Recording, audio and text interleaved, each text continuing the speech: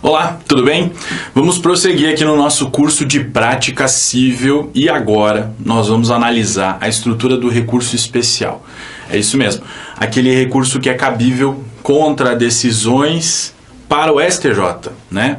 É importante então a gente entender como que o CPC de 2015 estabeleceu aqueles requisitos para o recurso especial, que a gente sabe que está previsto constitucionalmente e é regulado infraconstitucionalmente pelo CPC de 2015, além de ser também regulado infraconstitucionalmente pelo regimento interno do Superior Tribunal de Justiça. Primeira coisa, para a gente elaborar o nosso recurso, se você for fazer a sua peça, você tem que usar a nomenclatura correta. Então você vai utilizar recorrente e recorrido. Se você for fazer o recurso, você é o recorrente. Se você for responder ao recurso, você é o recorrido. E é importante, muito importante, a gente utilizar essa nomenclatura durante toda a elaboração da peça processual. Tá? Vamos evitar, por uma questão de boa técnica processual, vamos evitar utilizar outra forma de identificar uma parte e outra parte. Então, se você utilizou recorrente no início do seu recurso, usa isso até o final. Assim como recorrido. Utilizou uma vez, utiliza sempre. Tem gente que usa suplicante, suplicado. Não vamos colocar isso no nosso recurso, vamos fazer um recurso tecnicamente bem feito e vamos estabelecer então essa nomenclatura, né? Porque suplicante e suplicado fica uma coisa um tanto quanto exagerada e muito fora da técnica processual, né? Se a lei fala em recurso, a lei fala em recorrente, a lei fala em recorrido, vamos utilizar essa terminologia para identificar as partes no nosso recurso especial, ok? Muito bem, nós precisamos entender a estrutura do nosso recurso. Então, há duas petições que você precisa fazer, assim como no recurso extraordinário.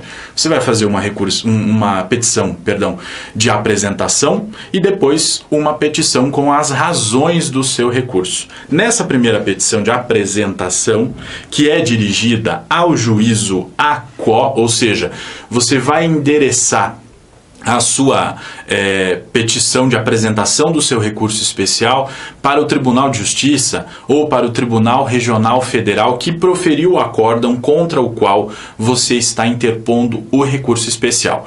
E aí, para saber, obviamente, você precisa verificar lá na sua prática jurídica real, você vai verificar no regimento interno do tribunal para saber qual órgão interno do tribunal é o responsável pela análise, pelo juízo de admissibilidade dos recursos extraordinário e especial.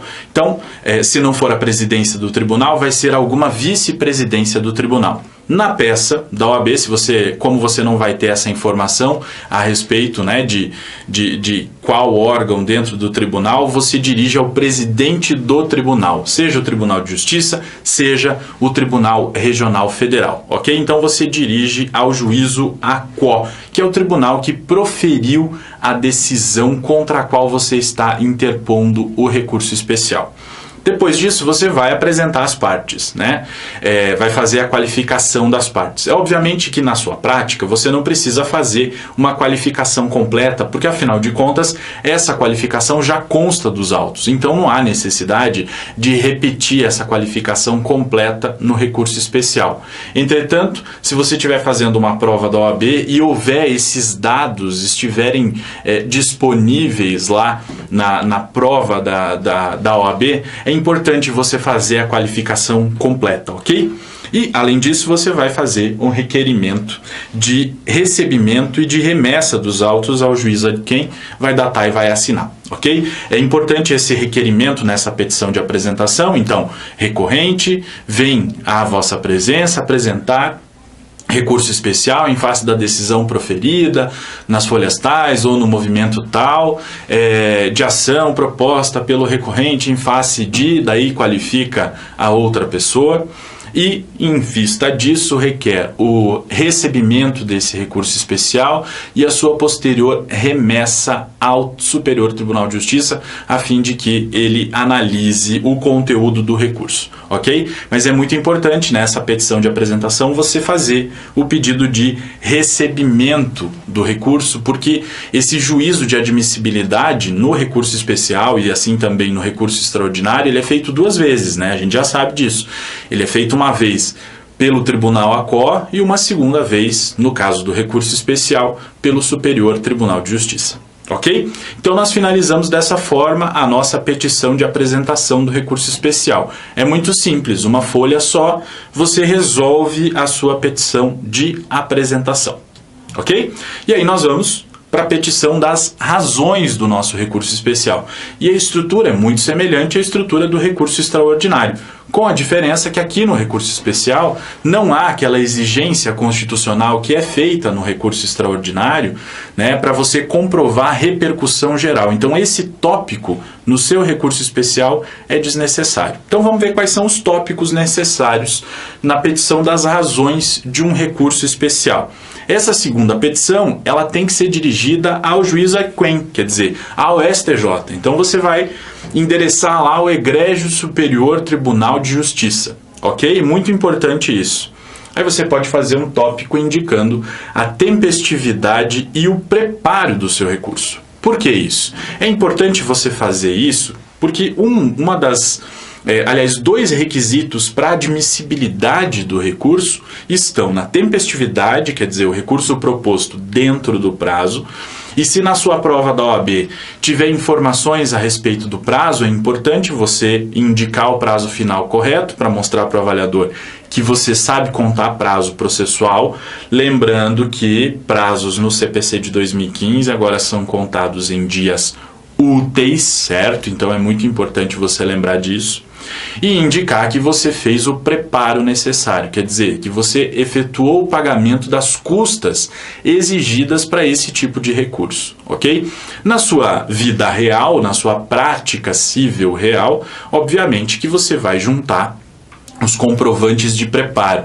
Na sua prova do exame de ordem, você obviamente não vai ter esses dados, não vai ter sequer dados de quantia para você avaliar as custas, mas é importante você fazer esse tópico e dizer lá, já que se trata de um recurso simulado, né, de um recurso fictício para uma prova avaliativa da sua capacidade para ser ou não ser advogado, você vai indicar lá que efetuou o preparo das custas conforme tabela de custas estabelecida, ok? Além disso, você vai fazer uma síntese do processo. Importante aqui você reduzir os fatos acontecidos ao longo do tempo naquele processo e restringir esses fatos àquilo que interessa para o seu recurso especial. Isso aqui já é uma forma, inclusive, de você ir construindo o convencimento dos julgadores que irão analisar o seu recurso especial. Então não há necessidade de você contar de forma detalhada tudo o que aconteceu ao longo daquele feito que agora é objeto de um recurso especial. Não, você tem que selecionar os fatos que sejam importantes para a análise do seu recurso, do recurso que você está fazendo. Isso é uma questão de estratégia, né? E vale tanto para a sua vida prática, quando você for advogar, quanto para o exame de ordem, né? A gente já sabe que no exame de ordem já vem os dados específicos que dizem respeito diretamente àquilo que você vai alegar na peça processual que eles exigirem. Entretanto, é muito importante você saber fazer esse filtro para, na hora da síntese, contar os fatos, narrar os fatos que sejam de fato importantes para o seu recurso especial, para fim de que você não faça o julgador se perder em outros fatos que não vão ter diferença nenhuma na análise daquele caso concreto, certo? E é importante o seguinte, você que está estudando para o seu exame de ordem, treine cada vez mais e sempre a elaboração de textos narrativos. A gente fica a todo momento desenvolvendo textos dissertativos, textos argumentativos, e a gente aprende muito bem na faculdade de Direito a defender pontos de vista por meio da argumentação. E a gente esquece que uma narrativa bem feita, na hora de contar os fatos lá na petição inicial, na contestação, ou de fazer síntese do processo, em qualquer outra peça processual, isso faz toda a diferença. É muito importante para qualquer pessoa que for trabalhar com direito saber narrar fatos. Então, é muito importante que você leia textos narrativos para entender como que esses textos se estruturam, para perceber as diferenças entre um texto texto narrativo e um texto argumentativo. Isso é fundamental para que você saiba diferenciar esses tópicos diversos das suas petições. Há um pedaço da sua petição em que você vai ter que narrar fatos e você vai ter que construir um texto narrativo de uma determinada maneira. E há outra parte da sua petição em que você vai construir argumentos. E você tem que construir argumentos, obviamente, de uma maneira diversa daquela maneira com a qual você constrói um texto narrativo. Então, eu recomendo para você que leia textos narrativos, leia contos, leia crônicas e vá se familiarizando com a forma de contar histórias, de expor fatos de forma objetiva e de forma clara, porque você tem que sempre entender o seguinte: quem vai ler a sua peça, o julgador, que é para quem se destina a peça que você está construindo, não conhece os fatos, não conhece até aquele momento que aconteceu naquele processo. E se a sua narrativa for boa, a sua narrativa vai ser o primeiro contato desse julgador com os fatos que você está contando. E se ela for bem escrita, se ela for bem feita, se ela for clara, essa primeira impressão é a que vai ficar registrada na cabeça do julgador.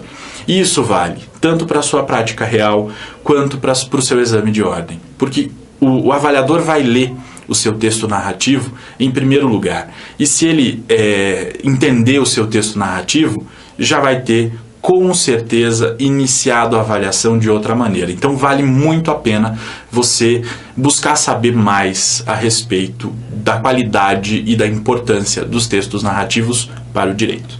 Ok? Outro tópico, cabimento do recurso. A gente sabe que, assim como o recurso extraordinário, no recurso especial, não é qualquer decisão, não é de qualquer decisão que eu vou poder interpor recurso especial. Há hipóteses que a gente já vai ver daqui a pouco, restritas, que permitem a interposição de um recurso especial. Então é muito importante você fazer um tópico logo aqui na abertura, depois da síntese do processo, em que você vai indicar qual é a hipótese de cabimento que justificou aquele seu recurso. Por quê?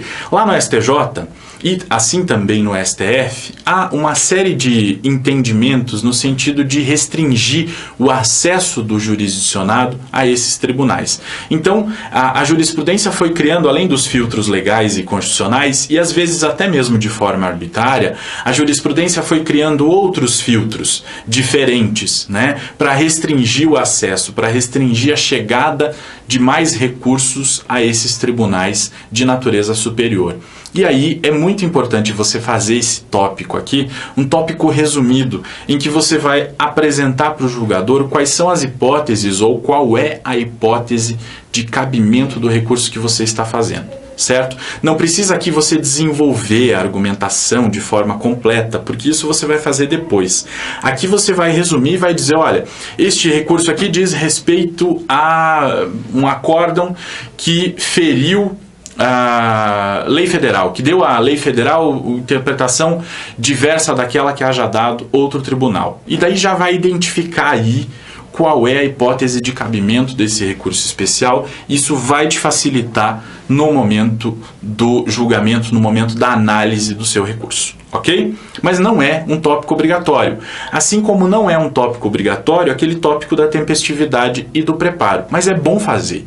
É bom fazer porque demonstra que você tem domínio da técnica processual, que você entende a importância de apresentar para o julgador a presença ali daqueles requisitos para a admissibilidade do seu recurso, ok? E depois você vai entrar na fundamentação jurídica em si e vai fazer a alegação, obviamente, daquelas matérias que digam respeito àquilo que você está combatendo. Então você tem um acórdão e esse acórdão, imagine lá que ele contrariou lei federal. Muito bem, aí você vai construir uma argumentação jurídica para justificar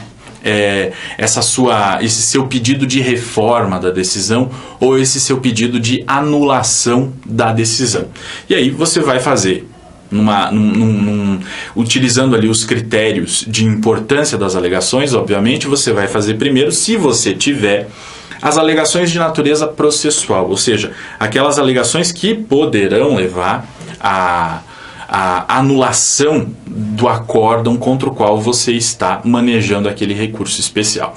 Então, se você tiver qualquer questão de natureza processual, imagine lá que o acórdão não fundamentou ou não está devidamente fundamentado, não respeitou o contido no artigo 489, parágrafo 1º do Código de Processo Civil. Aí nós temos um caso de anulação da decisão, uma anulação de acórdão. Então, esse requerimento, essa alegação que é de natureza processual, porque trata-se aí de um vício formal, né, porque não houve a construção adequada da decisão judicial, deve ser alegado antes. E depois que você fizer as suas alegações de natureza processual, se você tiver, e é importante você dividir por tópicos, né? Isso é importante para ficar bem claro, principalmente numa prova de exame de ordem, aí fica bem claro que você atendeu a todos os requisitos da avaliação, que você analisou todos os pontos exigidos pelo espelho de prova, né? Então, é importante você dividir em tópicos, fica mais organizado o seu recurso.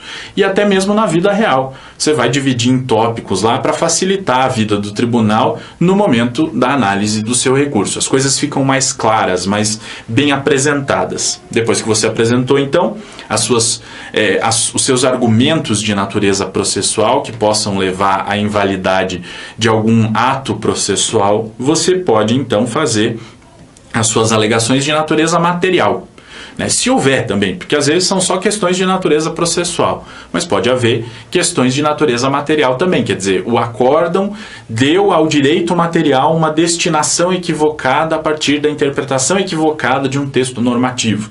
Aí, então você vai analisar essa questão que diz respeito diretamente ao direito material que está sendo discutido naquele processo.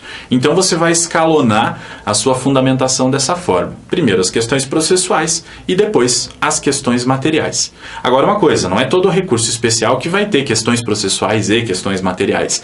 Pode ser que ele tenha só questões processuais, ou pode ser que ele tenha só questões materiais. Vai depender do caso concreto. Isso você vai ter que analisar na hora da sua prova, né, para verificar se, além de apresentar vícios processuais, a decisão também pode ser atacada em razão de ter dado uma destinação equivocada ao direito material.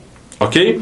E depois disso, você vai fazer os seus pedidos, obviamente, né? Naquela estrutura da peça, você finaliza fazendo os pedidos que você deseja, ou que você deseja obter a partir daquele recurso, e a gente já vai ver como que isso se dá. Ok? Muito bem. Vamos ver as hipóteses de cabimento do recurso especial. E elas estão previstas lá na Constituição. Então não dá para esquecer, muito embora o CPC de 2015 regule o procedimento até mesmo do recurso especial, é importante que a gente volte sempre na Constituição, porque tanto o recurso especial quanto o recurso extraordinário estão previstos na Constituição, e é a Constituição que vai estabelecer as hipóteses de cabimento desses recursos. O artigo 105 vai tratar lá das competências do Superior Tribunal de Justiça, e no inciso 3 vai estabelecer a competência para julgamento dos recursos especiais. E diz lá: cabe ou compete ao STJ julgar em recurso especial as causas decididas em única ou última instância pelos tribunais regionais federais ou pelos tribunais dos estados, do Distrito Federal e territórios, quando a decisão recorrida, primeira hipótese de cabimento, contrariar tratado ou lei federal ou negar-lhes vigência. Segunda hipótese de cabimento, julgar válido ato de governo local contestado em face de lei federal. E terceira hipótese, der a lei federal interpretação divergente da que lhe haja dado ou da que lhe haja atribuído outro tribunal. Então vamos ver lá a primeira hipótese de cabimento, que é a contrariedade a tratado ou lei federal. Primeira consideração que nós temos que fazer é a seguinte: se o tratado versar a respeito de direitos fundamentais ou de direitos humanos, a gente já sabe que esse tratado entra no nosso ordenamento jurídico depois de passar por aquele procedimento legislativo, né? ele entra no nosso ordenamento jurídico na qualidade de norma constitucional. Então, se o tratado ou aquele dispositivo específico do tratado disser respeito a direitos humanos, ele vai ter qualidade de norma constitucional. E aí não vai caber recurso especial. Se houver contrariedade àquele dispositivo que disciplina a respeito de direitos humanos, vai caber recurso extraordinário. Agora, os demais tratados ou os demais dispositivos dos tratados que não digam respeito a direitos humanos, eles não entram na qualidade de norma constitucional. Eles entram ali, eles ficam na qualidade de norma supralegal, né? Que fica entre a Constituição e a legislação ordinária. E aí, nesse caso, vai caber, se a decisão contrariar dispositivo de tratado, vai caber recurso especial. Então, você tem que ficar bem atento na hora da sua prova para verificar se o direito que está sendo discutido naquele caso concreto diz respeito a um direito humano ou não, porque se for direito humano previsto num tratado, é recurso extraordinário. Não sendo, aí vai ser recurso especial, ok? Então, se contrariar tratado ou lei federal, cabe recurso especial, com base na alínea A do inciso 3 do artigo 105 da Constituição Federal. O que você precisa fazer na hora de construir a sua argumentação jurídica para mostrar para o Superior Tribunal de Justiça que aquele acórdão do Tribunal Regional Federal ou de um Tribunal de Justiça contrariou um tratado ou uma lei federal? Você precisa fazer essa demonstração clara e objetiva de como que houve essa violação, como que se deu essa violação, ok? Então, o que tem que acontecer? Obviamente que você tem que já ter invocado aquele texto normativo anteriormente. Obviamente que o tribunal tem que ter discutido a respeito da aplicação ou não aplicação daquele texto normativo e o tribunal entendeu que não seria aplicável, né? E o texto normativo, pela interpretação do texto normativo, você percebe que ele seria aplicável naquele caso concreto. E aí, com base naquela decisão, o tribunal, a qual então violou um tratado ou uma lei federal. E você precisa mostrar, a partir da análise do acórdão, em que momentos que houve essa violação. Então, é muito importante que você faça a sua argumentação de forma bastante objetiva e mostre na decisão judicial que você está impugnando por meio do recurso especial, quais são os momentos em que essa decisão ofende aquele tratado ou ofende aquela lei federal. Certo? É muito importante que você faça isso. Então, indicar de forma objetiva, como está aqui, os pontos do acórdão que apresentam essa contrariedade. Porque senão, os tribunais superiores, como eu falei, eles têm construído uma série de entendimentos no sentido de bloquear o acesso dos jurisdicionados a esses tribunais de natureza superior em razão do número grande de recursos que chegam lá. Então, quanto mais objetivo você for na hora de demonstrar o cabimento do recurso e na hora de demonstrar que houve, nesse caso aqui, contrariedade ao tratado e contrariedade à lei federal, melhor, né? Então, vai ter que indicar os dispositivos.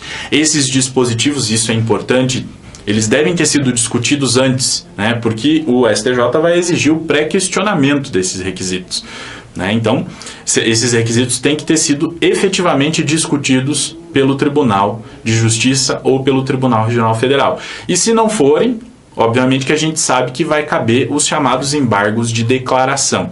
E aí, se mesmo depois dos embargos de declaração o tribunal não se manifestou, pelo menos a sua parte você fez. Você exigiu do tribunal, pela segunda vez que o tribunal se manifestasse a respeito daquele dispositivo, e o tribunal não se manifestou. Aí vai caber recurso especial e você vai dizer, porque a lei também prevê dessa forma, que houve um enfrentamento, nem que seja tácito daquela questão. Pelo menos aquela questão foi pré-questionada. Então, o STJ, nesse caso, não pode dizer que não vai analisar aquela questão porque o Tribunal de Justiça ou porque o Tribunal Regional Federal não analisou. Vai ter que analisar porque, além de provocar aquilo, por exemplo, no seu recurso de apelação, diante do silêncio do acórdão com relação àquela questão, você fez embargos de declaração e mesmo depois dos embargos de declaração não houve manifestação do tribunal. Ok, não tem problema, você fez o que era cabível fazer, você fez as provocações adequadas. Se o tribunal não se manifestou, a matéria entende-se pré-questionada e o STJ não vai poder dizer que não pode analisar porque não houve pré-questionamento, ok? Então, se for hipótese de cabimento do recurso especial aí na sua prova, com certeza vai aparecer no enunciado que houve o enfrentamento dessas questões de natureza de lei federal ou de tratado, né? E você vai poder, então, construir o seu recurso impugnando de forma objetiva o posicionamento do tribunal que contrariou essa lei federal, no caso, ou esse tratado. Ok? Essa é a primeira hipótese de cabimento. A segunda hipótese é quando você propõe ou interpõe um recurso especial com base em ato de governo local que seja contestado em face de lei federal. Mais uma vez, aqui você precisa se preocupar com esse pré-questionamento, né? Você tem que indicar de forma clara no seu recurso, na sua argumentação, que houve esse pré-questionamento da matéria e em que sentido esse ato de governo local deve ser considerado inválido por contrariar a lei federal. Então, você tem a lei federal que determina uma coisa, você tem um ato de um governo local dizendo o contrário do que diz a lei federal. Aí você procura as vias judiciais cabíveis, chega lá no Tribunal de Justiça, o Tribunal de Justiça diz que o ato de governo local não contrariou a lei federal. E aí, com base nisso, então, você interpõe um recurso especial e mostra para o STJ que aquele ato do governo local contraria sim a lei federal. Aí você vai pegar o texto normativo da lei federal e vai mostrar em que medida aquele ato do governo local está violando aquele texto normativo da lei federal. Tá? Você tem que fazer essa análise objetiva. Assim como você fez lá na primeira hipótese, você tem que fazer aqui na segunda. Certo? Citar os dispositivos legais é muito importante, mencioná-los e fazer a sua interpretação para mostrar que aquele texto normativo exige algo diverso do que está sendo exigido ou do que está sendo praticado pelo governo local nessa segunda hipótese de cabimento. Ok? Além disso, você pode basear o seu recurso especial na divergência jurisprudencial a partir da interpretação de uma lei federal. Tá? Aqui é muito importante e são as hipóteses, uma das hipóteses em que mais se sustentam os recursos especiais. E isso porque nós ainda temos essa perversa cultura no Brasil de dissídio jurisprudencial, né? De os juízes entenderem que em nome da independência judicial eles podem decidir conforme a sua consciência. E não é bem assim, a gente sabe que não é bem assim, porque há limites textuais que precisam ser respeitados. Quando eles não forem respeitados e aí surgirem essas divergências jurisprudenciais entre o que pensa um tribunal e o que pensa outro tribunal, você vai poder então basear o seu recurso especial. Se o acórdão objeto do seu recurso der uma interpretação diversa daquela que tenha sido dada por outro tribunal na análise do mesmo dispositivo legal, ok? E aqui você precisa indicar que houve o pré-questionamento dessa matéria. Então, mais uma vez, o pré-questionamento aparece aqui no recurso especial, indica lá que houve o pré-questionamento da matéria, que o tribunal teve pelo menos a oportunidade de se manifestar a respeito daquele dispositivo legal, né? E firmou uma divergência. Então, o Tribunal de Justiça do Estado de São Paulo decide de uma forma e o Tribunal de Justiça do Estado do Maranhão tem dado uma interpretação completamente diferente. E aí, o seu caso lá tramitou no Tribunal de Justiça do Estado de São Paulo e eles deram uma interpretação que não era a interpretação desejada por você. Aí você vai fazer uma pesquisa jurisprudencial e percebe que o Tribunal de Justiça do Estado do Maranhão dá uma interpretação diversa, no mesmo sentido daquele que você gostaria. E aí você quer então que o STJ fixe qual é o entendimento correto na análise daquele caso, certo? E aí o que você vai fazer é fazer uma comparação Então você pega o posicionamento do tribunal, daquele recurso ou naquele acórdão contra o qual você interpôs o recurso, e pega posicionamento de outro tribunal ou de outros tribunais e faz uma comparação. Mas essa comparação ela tem que ser efetiva, veja bem, não é só copiar e colar a ementa dos julgados e colocar na sua peça. Não, de forma alguma. Você precisa fazer uma análise substancial dos julgados. Então você vai ter que comparar as questões fáticas, se elas são semelhantes, as consequências jurídicas, se elas são semelhantes, os fundamentos utilizados por um julgado e por outro julgado, para demonstrar que há uma efetiva divergência, porque às vezes a divergência é apenas aparente, né? Porque os tribunais partem de premissas fáticas diversas. Então é importante você analisar as questões fáticas e mostrar que há correspondência fática e que, havendo correspondência fática, quer dizer, os casos são parecidos, os fatos são semelhantes, o tratamento deve ser semelhante também. Então, não haveria razão para esse tratamento jurisprudencial divergente. E aí, nesse caso, você vai fundamentar o seu recurso especial em cima disso, ok? Então, esse comparativo, se o caso da sua prova ou se o caso da sua peça lá na sua vida real for essa divergência jurisprudencial, você precisa fazer esse comparativo. Porque senão, o STJ vai olhar e falar assim, não, mas não foi apresentada a divergência da forma adequada. Então, se não foi apresentada a divergência da forma adequada, eu nego seguimento ao recurso. Quer dizer, o seu recurso não vai passar nem pelo exame de admissibilidade, que dirá que o STJ vai analisar o mérito do seu recurso. Não vai, porque não passa nem por esse exame prévio. Então é importante você demonstrar que há divergência fazendo essa comparação entre os julgados. Que pode ser uma divergência entre um tribunal e outro, mas pode ser a divergência de um tribunal com vários outros tribunais, né? Então é importante você demonstrar isso. Ok? O artigo 1029, parágrafo 1º do CPC, diz o seguinte: quando o recurso fundar-se em dissídio jurisprudencial, o recorrente fará prova da divergência com a certidão, cópia ou citação do repositório de jurisprudência, oficial ou credenciado, inclusive em mídia eletrônica, em que houver sido publicado o acórdão divergente ou ainda com a reprodução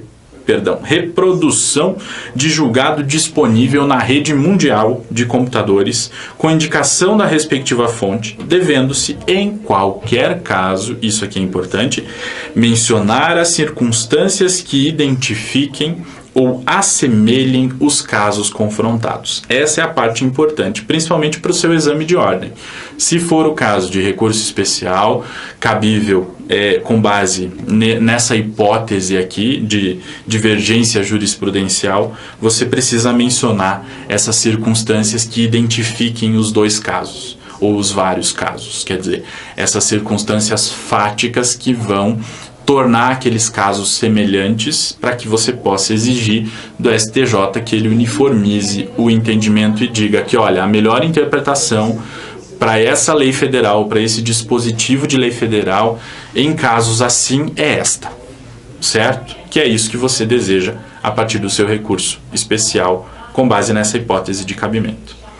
Ok? Muito bem. Essa é a fundamentação, então, do seu recurso especial. Sempre notando o seguinte: é possível que não seja somente uma hipótese de cabimento, podem ser 2, 3 hipóteses de cabimento, não há nenhum problema. Pode ter contrariedade à lei federal, pode ter ato de governo local que contrarie lei federal e pode ter ainda divergência jurisprudencial na interpretação de lei federal. Perfeitamente possível. Não quer dizer que o seu recurso vai ter apenas uma hipótese de cabimento. Você tem que ficar ligado aí na hora de fazer a sua prova, de responder a sua prova, justamente para esses casos aqui. Porque às vezes você encontra uma hipótese de cabimento e não se apercebe que podem ter outras hipóteses de cabimento do mesmo recurso também, que você possa ter ali 2 ou 3 tópicos no seu recurso. E às vezes você faz um apenas. Então é importante ficar ligado nisso. Ok? E aí você vai finalizar fazendo o pedido no seu recurso especial. Aí tem um exemplo ali que eu pus. Em vista do exposto, restando demonstrada a afronta ao dispositivo do artigo 489, parágrafo 1º, inciso 4, requer que seja recebido e processado o presente recurso especial. Recebido e processado aqui é para que ele passe pelo exame de admissibilidade, a fim de que o Egrégio Superior Tribunal de Justiça dele conheça, ele dê provimento, aí aqui já se trata da análise do conteúdo do recurso. Então, passou pelo exame de admissibilidade, o recurso foi conhecido e aí ele vai ser analisado no seu mérito, para no mérito, nesse caso aqui, anular o acórdão no ponto em que analisa o pedido de ressarcimento por danos materiais, dada a omissão na análise de todos os argumentos trazidos pela recorrente na apelação, que tem condão de infirmar a conclusão do tribunal ACO. Então, eu peço para receber, para conhecer o recurso, conhecido então, eu peço para que ele seja provido. E ele pode ser, aqui no caso, pedir para que ele fosse provido para anular a decisão do tribunal ACO, mas poderia ser para reformar a decisão proferida pelo tribunal ACO. Ok? Isso é o que nós tínhamos para falar a respeito do recurso especial. A gente se vê na próxima aula. Fica ligado nesse curso aí e vai treinando a sua narrativa. Não esquece do que eu falei. Até mais. Tchau.